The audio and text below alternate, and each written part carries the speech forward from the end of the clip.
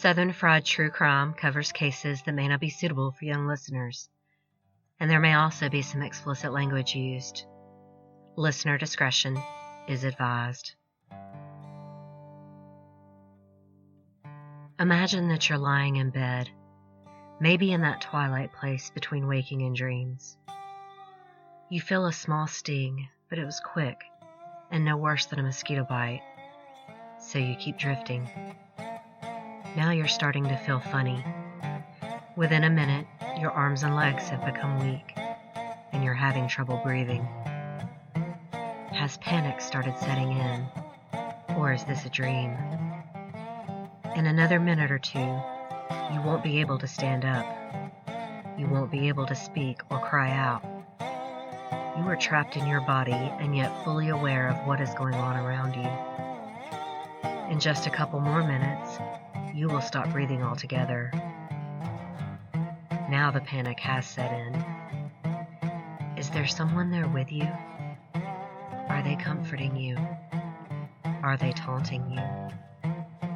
Or are they just sitting there watching you suffer? Who is it? Is this your husband, your wife, your lover, the person you trust with your children? As you slip into unconsciousness, you now know that the person you loved and trusted most has just taken your life. These are believed to be the last moments of Jimmy Michael's life, after his wife injected him with a paralytic drug. It took him 13 minutes to lose consciousness and die. Welcome to episode 17, Cold, Cold Heart, the story of Shelly Michael.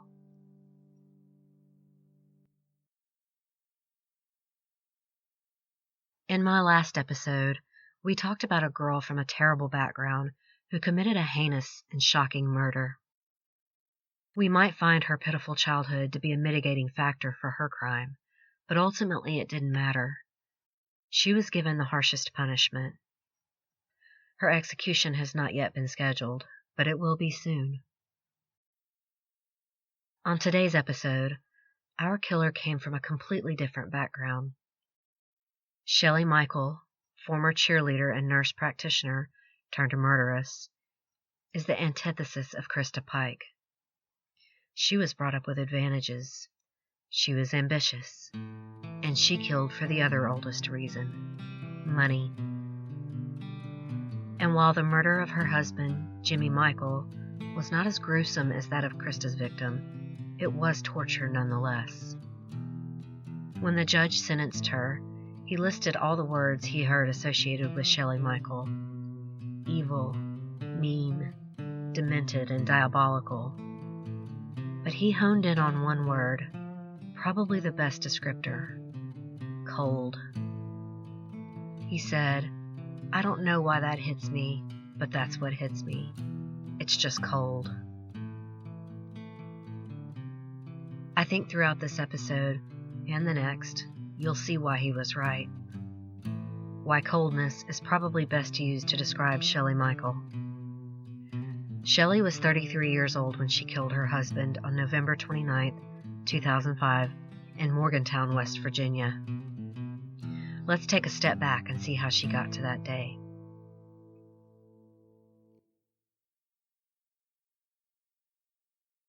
West Virginia is located entirely within the Appalachian region, and the state is almost entirely mountainous, giving it the nickname the Mountain State and the motto Montani Semper Liberi, or Mountaineers are always free. The highest one is Spruce Knob, which is 4,863 feet above sea level, or 1,482 meters. It became a state when delegates from unionist counties of northwestern Virginia decided to break away from Virginia, although there were many secessionist counties in that area as well. West Virginia was admitted to the Union on June 20, 1863, and was a key border state during the Civil War. West Virginia is the only state to form by separating from a Confederate state. While a portion of its residents did hold slaves, most of them were yeoman farmers, and they wrote the gradual abolishment of slavery into the new state's constitution. It's the southernmost northern state and the northernmost southern state. West Virginia's history is steeped in its beautiful mountainous terrain, river valleys, and rich natural resources. These have always been driving factors in its economy and the lifestyles of its residents, who tend to live in small, relatively isolated communities in the mountain valleys, much like Clarksburg, where Shelly Michael was born. The city of Morgantown is the county seat of Monongahela County. Located along the Monongahela River and close to the Pennsylvania border in the north-central part of West Virginia. It's a college town, home to West Virginia University, with about 32,000 permanent residents. Michelle Lynette Goots, nicknamed Shelly, was raised in nearby Clarksburg. She grew up in a happy and relatively prosperous household, her parents owning a refrigeration equipment company. They were strict parents, and Shelly sometimes bristled at the rules, but she was an excellent student and mostly appeared to be a well-behaved child. She would later write that at age 9 she was molested by an unnamed family member, but she did not tell anyone at the time, maintaining the happy and well-adjusted appearance she'd always had. In contrast with her sister Jennifer, who was the opposite. Shy, overweight, she may have envied her older sister and definitely grew up in her shadow. Shelly wasn't all perfect, though. She bucked at curfews, drank at 14, and was caught shoplifting at a local mall, though she was never prosecuted. Most of these things were just swept under the rug. Shelly excelled academically and threw herself into cheerleading with her mother Kathy's enthusiastic support. Cheerleading became her life. When she started junior high at age 13, one of the requirements for the cheerleading squad was to be able to perform a backflip. Shelly spent weeks practicing until she perfected it and easily made the squad. She was a straight-A student and cheerleader in high school as well, and like most kids in the area, she dreamed of attending West Virginia University. She graduated high school as salutatorian and was voted most likely to succeed, so she was accepted to WVU easily. She started college in 1990 and won a coveted spot on their cheerleading squad. She thrilled at performing her signature backflips across the WVU field, relishing in the attention and applause. West Virginia Mountaineers are the pride of the entire state. From small towns to the most remote mountain valleys, kids dream of being part of the excitement in Morgantown. The old gold and blue and the unique Mountaineer logo are all over the small town. In February of 1992, Shelly started dating fellow student Bruce Adkins and almost immediately got pregnant. He didn't want marriage, and even her strict parents thought it was a bad idea, so Shelly had the baby alone. She had a little boy named Alec, and her mother made the drive to Morgantown every week to babysit, so Shelly could go right back to school. Bruce also did still help with the baby at this point, but I couldn't find much else about him after they broke up. He did eventually offer to marry her, but she refused. He only asked out of jealousy. She was in love with a new man, Rob Angus.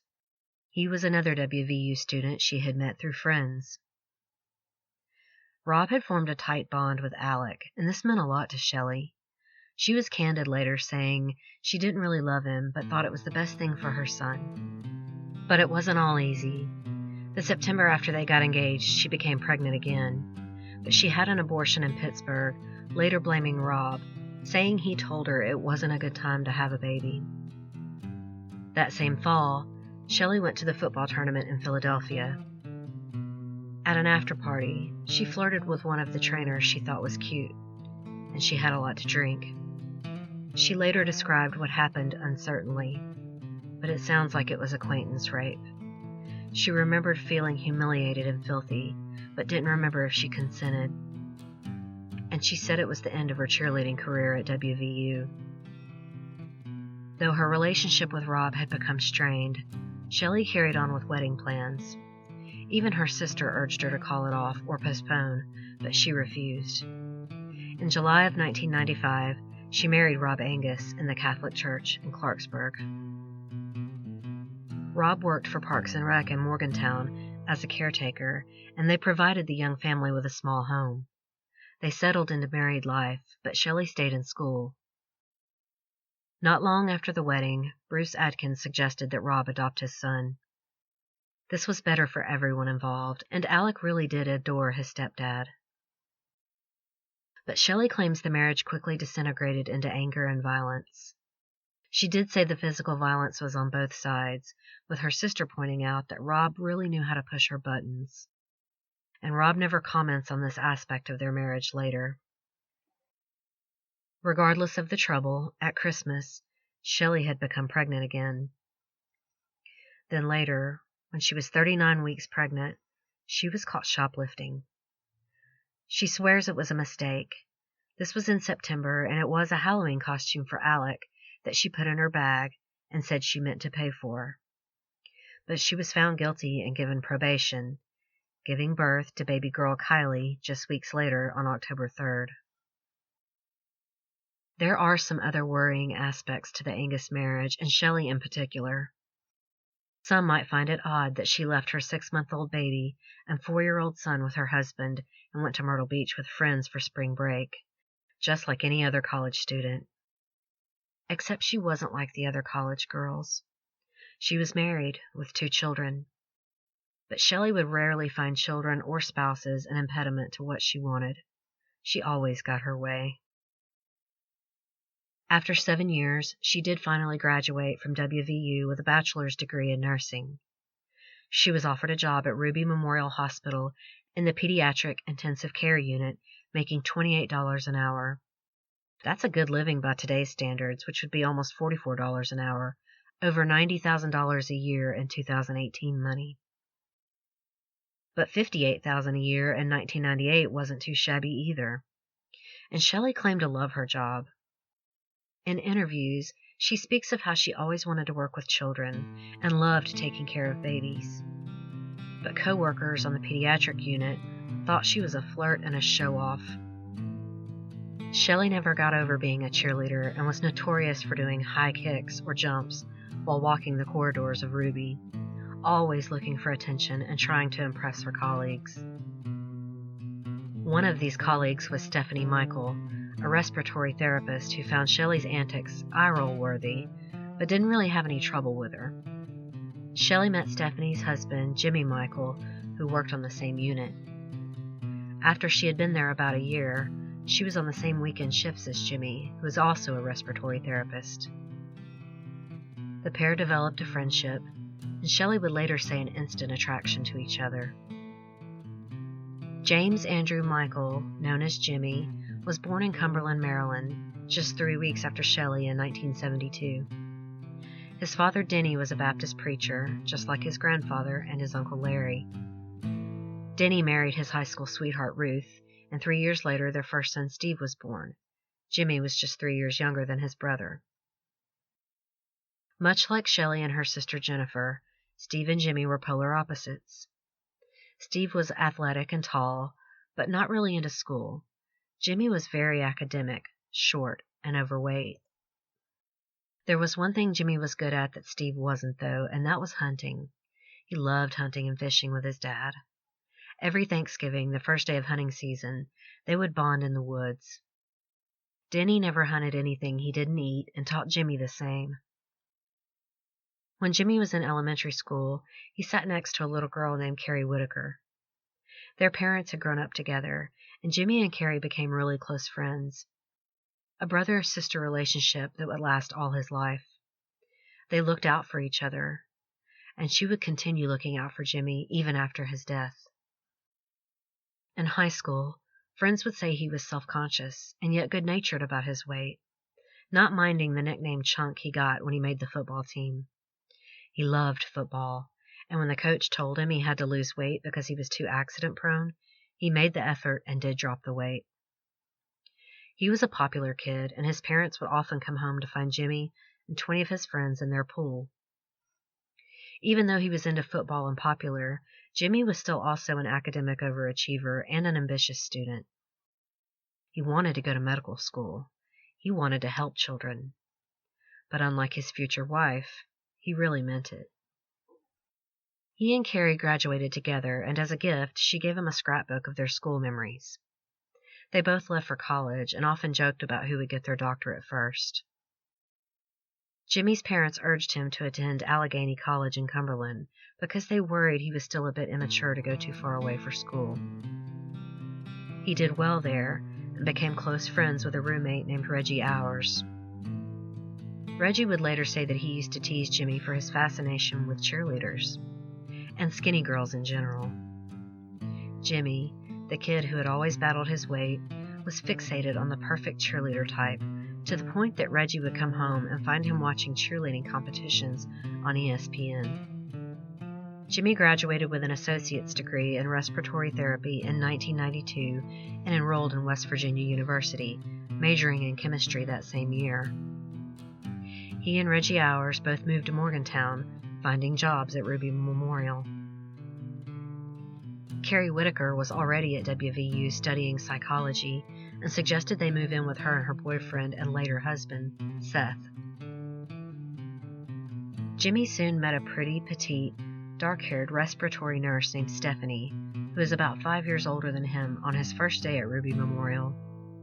She remembers thinking he was a big old teddy bear. He was a boisterous extrovert to her shy introvert. While he still battled his weight problem, Stephanie was the ideal skinny girl he'd always fantasized about. Jimmy and Stephanie quickly became a couple, and he settled in nicely at Ruby Memorial. His endearing bedside manner made him a popular employee and co-worker, and he loved working with children. He and Stephanie became engaged in 1993, a little surprising to friends and family because it was moving so quickly. In hindsight, Jimmy really wanted to get married. He wanted to settle down, and he thought he'd found his ideal woman in Stephanie. She got pregnant that June, and they were married a few weeks later. The following February, Stephanie gave birth to their son, Drew. Jimmy delighted in fatherhood, and the young couple seemed happy, but there were problems. They were discovering they didn't have as much in common as they once thought. And there was even more pressure put on Jimmy, because the couple lived in a house owned by Stephanie's parents. He spent years working double shifts and saving for a down payment for a home of their own, and also for medical school. He graduated from WVU and then found out that Stephanie had run up thousands of dollars in credit card debt. His dreams of medical school were dashed.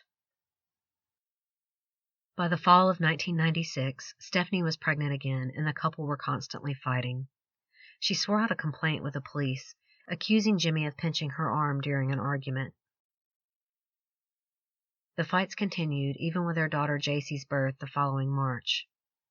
As much as they loved their new daughter, she couldn't save their marriage. They separated when she was 5 months old, and Jimmy finally bought a house of his own so his kids could spend the night. Denny and Ruth counseled their son to work out his differences with his wife. They didn't believe in divorce. The couple did reconcile in June of 1998, renewing their vows and moving in together at Jimmy's new house. But Stephanie's parents did not approve of the reconciliation and quit speaking to their daughter. Jimmy started working a lot of night shifts at Ruby Memorial and started getting close to Nurse Shelly Angus. At this time, I'm going to pause so we can hear a word from our sponsors.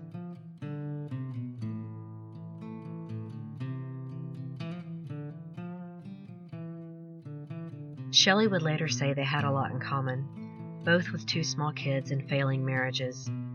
But many friends and coworkers believe that Shelly pursued him relentlessly.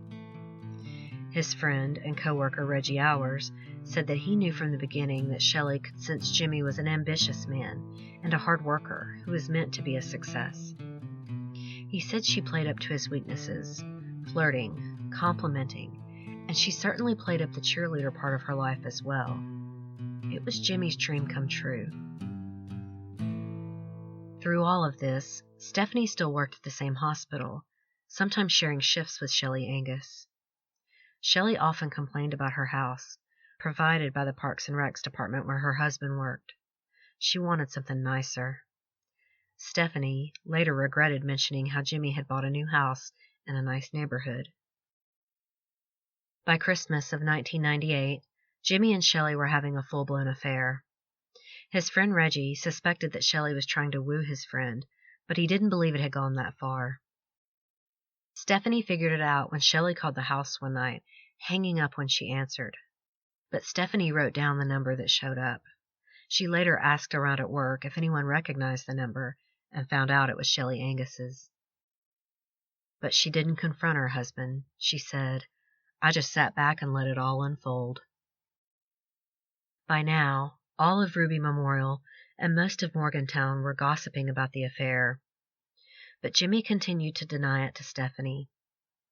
They had many heated arguments, and Jimmy did have a temper. Stephanie maintains he never hit her, but he was one to throw things, punch walls, and right before New Year's Eve, he threatened to physically throw her out of the house, and she filed her third complaint with the police. She said he threatened to kill her. Stephanie soon served Jimmy with divorce papers while at work. His parents were disappointed, and Denny encouraged his son to try and work it out with Stephanie, but he later admitted that they believed the marriage was doomed with or without Shelly. She probably just sped things up. Jimmy and Stephanie had rushed into things and had never really had a great relationship. Shelly was just the final straw. Shelly walked out on Rob Angus in January of 1999. Ironically, years later, she would insist that their marriage ended because of a lack of trust, not because she was having an affair, but because Rob liked to watch porn. Both divorces were settled that spring. Shelly moved in right away with Jimmy. Stephanie would later remark bitterly, "Sure enough, she got my house." After she moved in, they had Jimmy's old friend Carrie and her husband Seth over for dinner. Carrie was now an educational psychologist, and she was disturbed by Shelly's treatment of Jimmy's son Drew. Carrie thought Shelly was overly harsh with Drew, and she said so to Jimmy, who blew her off. She was concerned, but she hoped this was just an adjustment to new living arrangements. That summer, Jimmy took Shelly to his parents' new house in Pennsylvania. The Michaels weren't really wealthy, but they did have a nice home on a big piece of land. Denny did construction and did a lot of the add-ons himself, as well as putting in a pool. Shelly was really impressed. Ruth later remembered something that she thought was odd at the time, but brushed it off. Shelly told her, "Why don't you just go ahead and give us our inheritance now?" But meanwhile, both Jimmy and Shelly were tied up in divorce court, working out finances and custody of their children. When the divorces were finally settled the next February, both had worked out joint custody. They arranged it where either side had all 4 children at once on the weekends, with the kids going to their respective mothers' homes on Mondays and Tuesdays. It was a yo-yo arrangement, but they did their best to make it work. But soon friends and family started noticing that Shelly would bully and pick on Jimmy's son Drew. And her son Alec also bullied Drew. Though as a kid, it wasn't that surprising. What is surprising is that Jimmy seemed to take it all in stride. The girls, Kylie and JC, hit it off like gangbusters. They thought the boys were just naturally competitive like brothers can be. But the boys were never close, and Drew's relationship to his soon-to-be stepmother only got worse. And don't forget, Shelly, Jimmy, and Stephanie still all worked together at Ruby Memorial. When Stephanie found out that Jimmy and Shelly were engaged right after their divorce was finalized, she was hurt. It was too soon. She may have known it was coming, and divorces are never easy, but I can't imagine having to work with the woman my husband left me for. And it's not like Shelly was gracious about it. She taunted Stephanie. Stephanie, now a single mom, was just trying to pay her bills and raise her kids. It wasn't enough that Shelly got her husband. She also felt the need to rub Stephanie's face in it, even threatening that they would eventually go back to court and she would get full custody of all the kids. Jimmy and Shelly married that May in the year 2000, a small Baptist wedding this time, and the bride and groom wrote their own vows. For all appearances, They were very much in love. But soon after the wedding, Shelly made Jimmy stop communicating with his ex-wife. All calls about the kids had to go through her. Stephanie couldn't even have his cell phone number. Essentially, Shelly was taking over Jimmy's life in many ways. Controlling the family's transition with their stepchildren was one step. She also suddenly became devout. She was raised Catholic, but wasn't really involved in the church before. Now she threw herself into Jimmy's faith, going to church every Sunday and taking extra classes. I'm sure many people would see this as a good thing. Usually it would be. But I suspect that of all the things in Jimmy's life that she could control, his deep faith was not one of them. So she decided to join in. She would make sure it was a family affair. Jimmy started coaching Alec and Drew's Little League football team at the end of that summer. And surprisingly, Rob Angus helped him. Working together with the kids, they had no problems. Over the years, I really think if Shelly could have stopped her controlling ways, the new blended families would have gotten along as well as she wanted the world to think they did. Jimmy coached the boys' football team for the next 5 years, and Shelly started coaching Kylie and JC's junior pro cheerleading squad. But there were definitely still tensions. In February of 2001, Stephanie filed another complaint on Jimmy. She accused him of trying to hit her with his car during a heated argument. Kylie and JC were in the car. Protection orders were filed, and Jimmy wound up taking a plea bargain of simple assault so he wouldn't have a criminal record. Stephanie later said she asked for the charges to be dropped as long as Jimmy took anger management classes. She did not hold grudges, and no matter what happened between them, I think she always cared about Jimmy and certainly respected him as father to her children. By early 2002, Shelly was pressuring Jimmy to buy a new house, complaining that their family had outgrown his old house. She also complained it was too far to commute for work, even though it was only about 5 miles outside of town.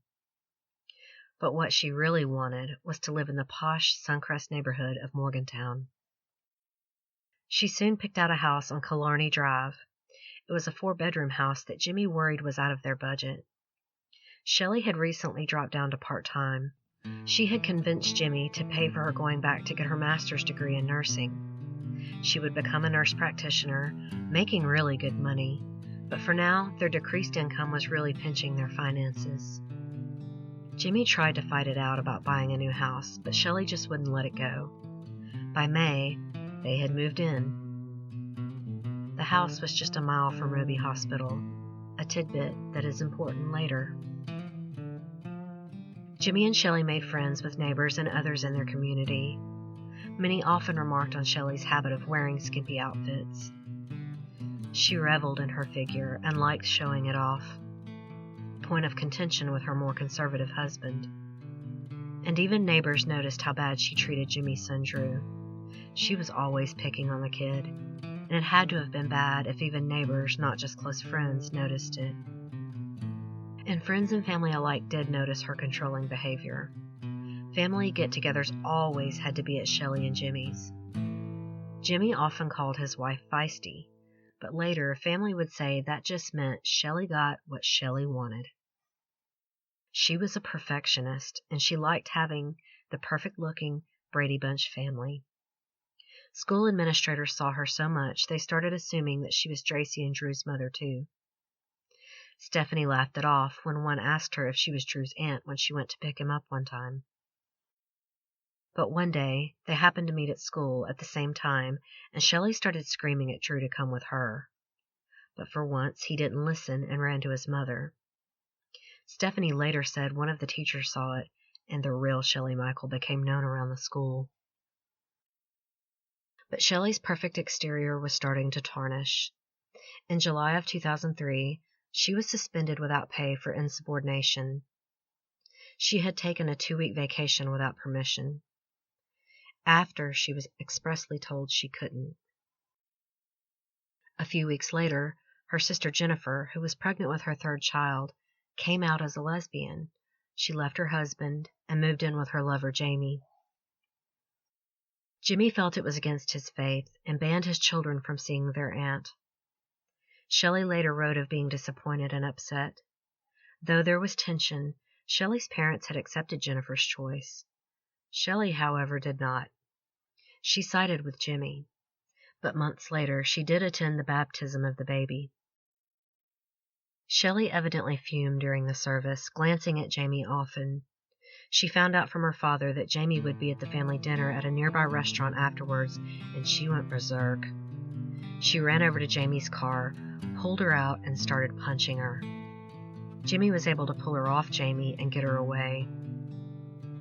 And this was how Jimmy's parents found out what was going on.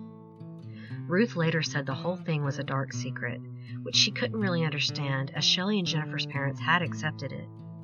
Ruth probably understood more than anyone Jimmy's religious motives, but like many others, she thought Shelly's fervent objection was disingenuous. People at their church were now whispering about Shelly. It wasn't just the skimpy outfits. There were other rumors. But more importantly, she just came off like a fake person. She showed up for church, dressed up with her perfect-looking family, but everyone thought it was just an act. I find the whole episode with Jennifer's lover to be really strange. It's not that Shelly didn't love her sister, it just seemed out of character. I wonder if this wasn't part of her whole charade of being a devout Christian woman, that her sister's lover so offended her faith that she needed a public display like that, when honestly, no real Christian would have resorted to violence, especially not right outside of the church where their niece had just been baptized. Just a couple of weeks after this, Jimmy pulled aside his best friend from church, Jeremy Miller, and showed him a box that came in the mail. In the box was one of Shelly's sweaters, with a note that said, "Keep your whore wife away from my husband." Jimmy said, "Why does this lady send me this? Why does my wife deny it all?" He said he didn't think she was cheating, but Jeremy felt it was pretty obvious that Jimmy was just in denial. Despite Shelly's questionable work ethic, she did always stick it out in school. And in July of 2004, she received her pediatric nurse practitioner certificate. And despite her history at Ruby Memorial, they did offer her a full-time position. But in her interview, she firmly stated she didn't want to work full-time. She wanted to work 3 10-hour shifts a week. Her supervisor, the same man that had already had problems with her, insisted that no, it was a full-time position. She would have much more responsibility and therefore accountability, and it was just not a part-time position. But Shelly was adamant, and the doctor finally relented and said they would give it a shot. That August, Stephanie married a pediatric nurse from Ruby Memorial named Dan Estelle. So now we have Shelly, her husband's ex-wife Stephanie, Stephanie's new husband Dan, and Jimmy's good friend Reggie, all still working at Ruby Memorial. And though Jimmy had taken a job at a pharmacy a couple of years earlier, he still picked up shifts at the hospital as well. This sounds more like an old episode of that soap opera General Hospital than real-life events. But it all really did happen. And what happened next, no one saw coming, despite all the red flags in Jimmy and Shelly's marriage. At this time, I'm going to pause so we can hear a word from our sponsors. By that winter, Shelly no longer wanted to have sex with Jimmy. And Jimmy was also frustrated at work. He had taken that pharmacy job 3 years earlier when he realized he would never be able to go to medical school. The job paid more, and he was promised he would become partner in the company. But after 3 years of waiting to be made partner, Jimmy decided to leave and start his own medical supply business. This took a good bit of startup capital. Jimmy, with the help of a banker friend, secured a personal loan of $60,000 and also a few partners. He retained 55% control in the company. He opened Mountaineer Home Medical in January of 2005. Jimmy threw himself into his new business. He was the first to arrive and the last to leave. His cell phone was always on him, and he was always on call. A medical supply business may not sound like the type that would require an on-call person, but they often did have to go replace crucial pieces of equipment in homes or hospitals. And his hard work was paying off. The company was doing well. But Shelly couldn't understand that no new company is going to start without personal sacrifices, and one of those was the income that Jimmy had been pulling in. Not only was he working all the time, his salary was nothing compared to what he had been making. Shelly was livid. Just like in every other aspect of his life, she started inserting herself in his business. She called meetings with his partners, pressuring and questioning her husband repeatedly. Jimmy was embarrassed, and this is when things really started to go downhill for the couple. But they trudged on, always trying to keep up appearances. The following February of 2005, Jimmy met with a life insurance salesman on the recommendation of his partners. It did seem smart to protect his company and his family now that he was on his own. Shelly was brought to the meeting, and they decided on a $500,000 policy. They also took out a $200,000 policy on her because she also had $300,000 through her job at the hospital.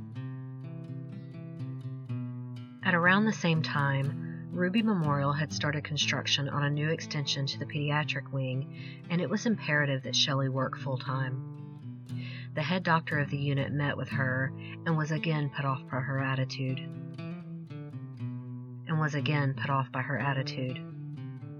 She did not want to work full-time. He complained to her nursing supervisor, and they agreed that when the wing opened, Shelly would have to go full-time. But Shelly made no bones about how much she hated her job and the hours. She wanted to work as little as possible, and she was angry that Jimmy's business wasn't paying enough yet. So Shelly sunk into a depression. Now she stopped trying to keep up perfect appearances for family and friends. When Father's Day came around, she did not invite both sides of the family as usual. Jimmy's parents found it odd that her family wasn't there, and she blamed it on Jimmy and said that he hadn't wanted them there. They knew him well enough to know that this was a lie, and they just didn't know what to think. However, even though Shelly didn't understand how these things work, Jimmy's business was taking off. By the 6-month mark, he was in the black, and often became emotional at meetings, saying that the Lord had blessed him. But things were still bad at home. People noticed Shelly's coldness towards him, and despite the business being a success, Jimmy himself was often depressed and upset. A couple of years earlier, they had befriended a couple named Bobby and Kelly Teets. This year, they had become even closer, with Kelly even transferring her daughter to Kylie's school. They often helped each other with carpooling, and Bobby Teets started helping Jimmy with coaching football. I think it's important to note here that through all of this, Jimmy was always the hard worker. He started his own company working insane hours, and yet he never let go of what he saw as his responsibilities as a father and Christian, like coaching his son's team and staying involved with all church functions, no matter how little personal time that left him. When Drew decided he no longer wanted to play football and wanted to try basketball, Jimmy, without giving up his coaching duties for football, signed up to coach for basketball. This time, he asked for help from his ex-wife's new husband, Dan Estelle. Dan agreed, and the man got along very well.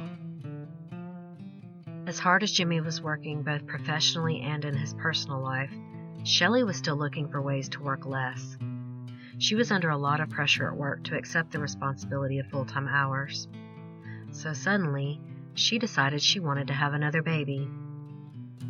Jimmy had a vasectomy years ago, before they were even married, after JC was born. He had no interest in expanding their family further, much less having the reversal surgery. Shelly was adamant, and this caused many fights. Everyone that knew them felt that Shelly thought having another baby would mean she could stop working again. Shelly's work ethic is surprising to me. She had worked so hard to make it through college and then gain her master's degree even while having her children. And yet professionally, she had a terrible reputation for taking too much time off and shirking responsibilities. This side of Shelly doesn't gel with the perfect facade she seemed to need to keep up. I think that's because at this point in her life, the facade was changing. She felt she should be the wife of a rich man and resented having to work. And around this time, Jimmy began questioning her fidelity again. She went to an Italian heritage festival with a friend and didn't return that night. When Jimmy asked her where she had been, she told him it was none of his business. She wasn't even trying that hard to hide what she was doing now. There had long been whispers about her faithfulness in Morgantown, and Jimmy had always quietly taken it in stride, but it was starting to get to him.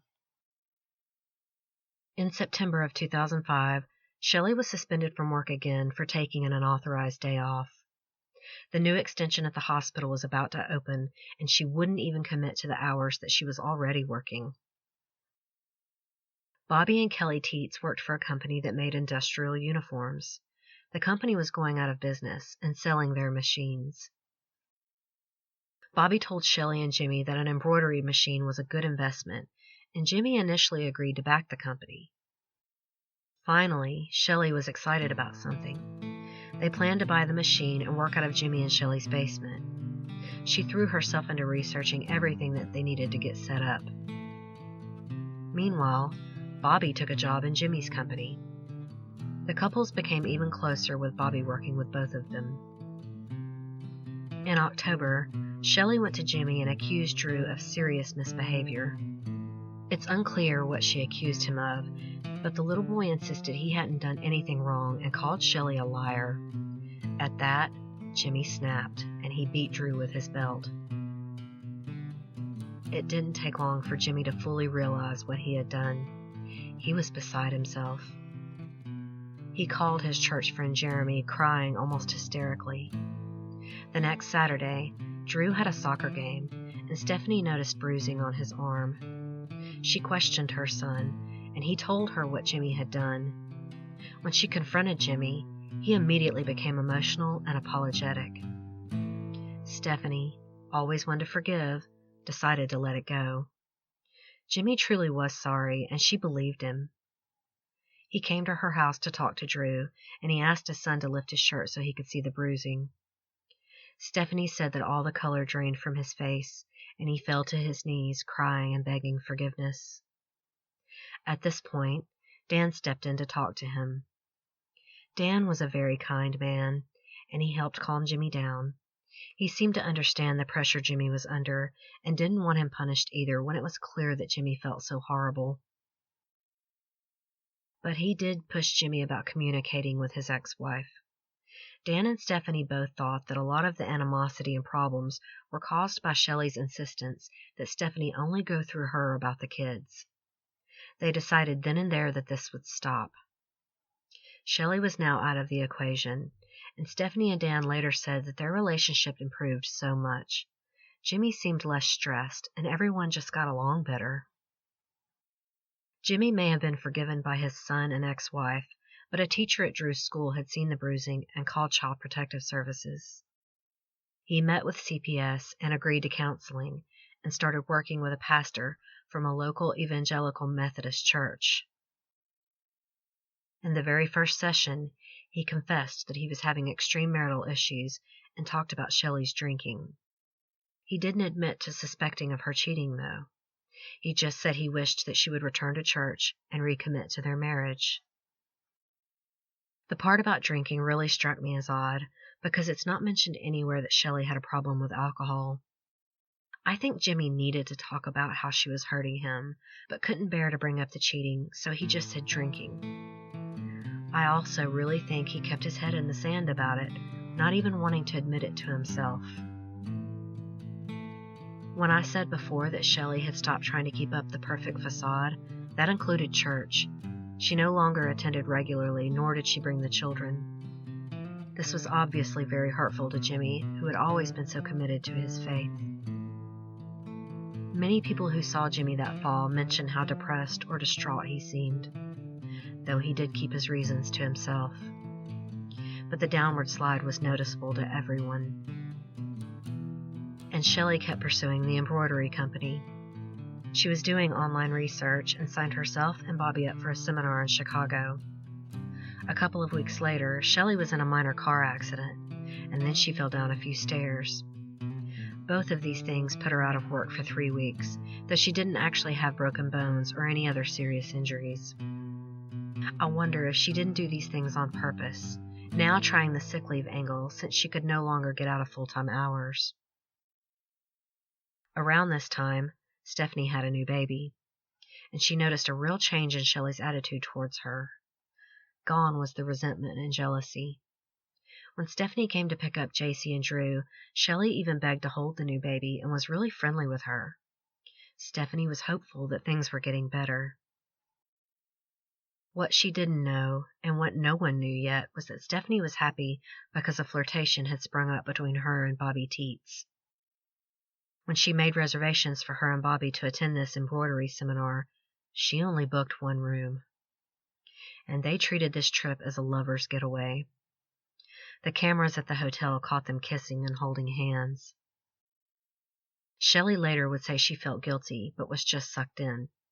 But she didn't seem like that to Bobby, who was truly guilt-ridden, not just for his wife Kelly, but also for Jimmy, who had been so kind to him. Jimmy had given him a job and trusted him. And now, Jimmy began to act differently.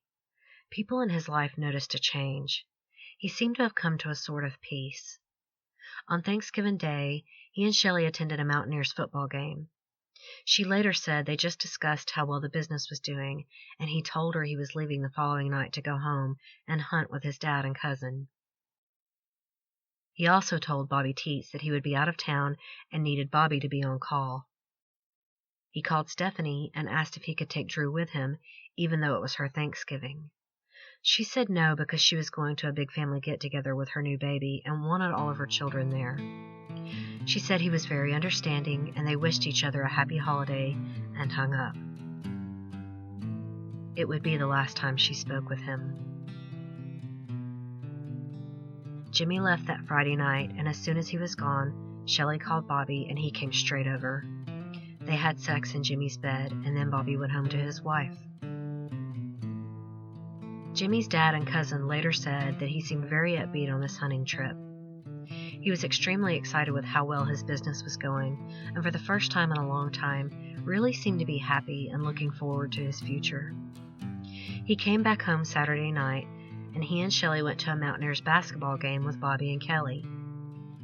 Bobby later said he felt awful, looking at his wife and his boss, and he resolved right then that things would end with Shelly. On Sunday, Jimmy went and worked a shift at Preston Hospital. He was still picking up shifts at hospitals for extra money.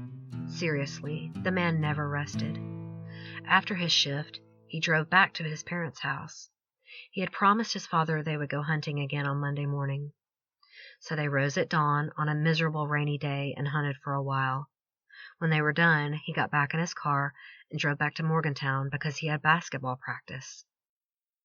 While he was driving, his friend Reggie called and asked Jimmy if he could go and set up a sleep apnea monitor for a newborn baby at Ruby Memorial. Jimmy promised he would be there first thing the next morning.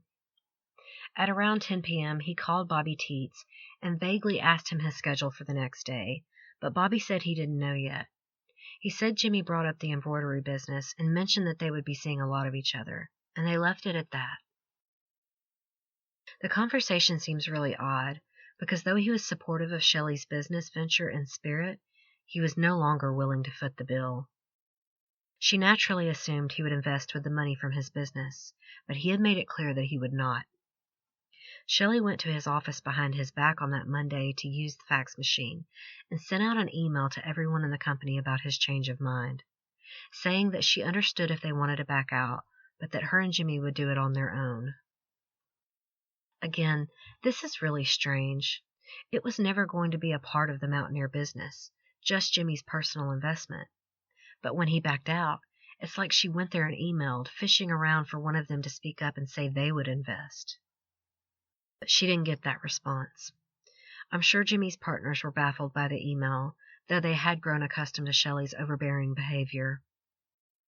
Shelly then called Bobby and instructed him to bring his tax returns to her the next day at work.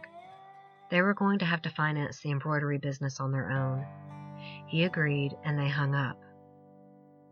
After this call, No one really knows for sure what happened in the Michaels household that night. Okay, guys, that's it for this episode. We will finish up the story of Shelly Michael and the murder of Jimmy Michael in the next episode. I appreciate your patience. This one has been a doozy, and I cannot wait for you to hear the rest. Southern Fried True Crime is written and produced by me, Erica Kelley. The original graphic art is by Coley, and Southern Fried's original music is by Rob Harrison of Gamma Radio. As always, if you enjoyed the show, tell a friend or rate and review on iTunes. I'm also on Stitcher and many other apps. If you're interested in supporting the show, come check out my Patreon page or my website, southernfriedtruecrime.com, where you can make a one-time donation by hitting the donate button. I also have a merchandise store open at whatamaneuver.net. If you have any comments, corrections, or suggestions, you can email me at southernfriedtruecrime@gmail.com. I love hearing from you guys, and I'm always looking for new cases, so please feel free to reach out. I'm also all over social media. Just search the show name in your favorite platform if you'd like to connect with me there. Until next time, thank you so much for listening. Y'all take care.